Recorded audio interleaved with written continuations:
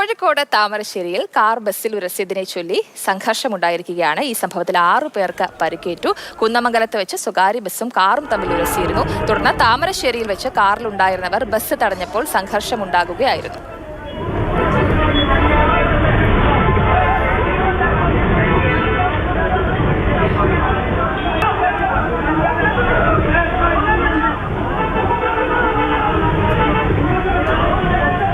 ആദ്യം ഒന്ന് തട്ടി.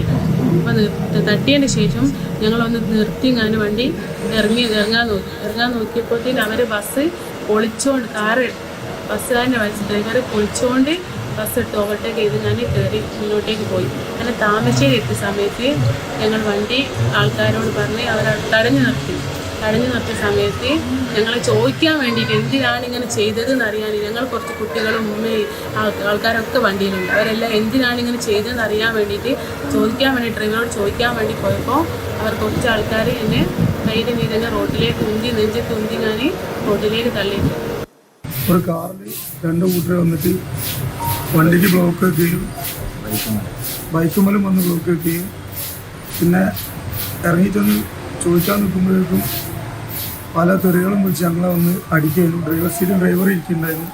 ഡ്രൈവർ സീറ്റിൽ കയറി ഡ്രൈവറെ കൊല്ലുകയും ഉണ്ടായിരുന്നു.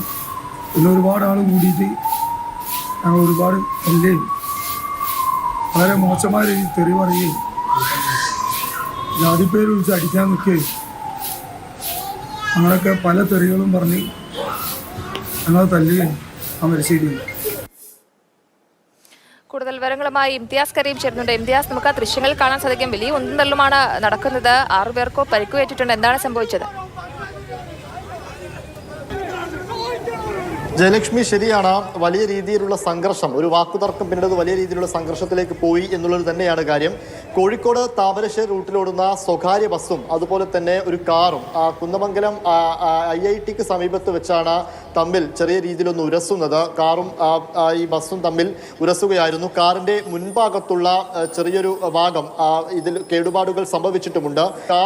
കാറിലുള്ളവർ തന്നെ പിന്തുടർന്ന് പോവുകയും താമരശ്ശേരിയിൽ വെച്ച് ബസ് ജീവനക്കാരും അതുപോലെ തന്നെ ഈ കാറിൽ ഉണ്ടായിരുന്നവരും തമ്മിൽ വാക്കുതർക്കത്തിലും പിന്നീട് വലിയ സംഘർഷത്തിലേക്കുമൊക്കെ പോകുന്ന കാര്യങ്ങളിലേക്ക് എത്തിയത്.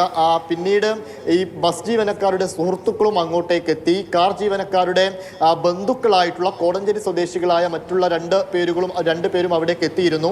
പിന്നീട് ഇവർ തമ്മിലും അവിടെ സംഘർഷം ഉണ്ടാകുന്ന ഒരു സ്ഥിതിയിലേക്ക് കാര്യങ്ങൾ എത്തി. ഈ കാറിലെ ഉണ്ടായിരുന്നവരുടെ ബന്ധുക്കളായവരെ ഇവർ ബസ് ജീവനക്കാർ ആയുധം ഉപയോഗിച്ച് മർദ്ദിച്ചു എന്നും പറയുന്നുണ്ട്. എന്തായാലും ഇപ്പോൾ പിന്നീട് താമരശ്ശേരി പോലീസൊക്കെ സ്ഥലത്തെത്തിയതിനു ശേഷമാണ് രംഗം ശാന്തമാക്കിയത്.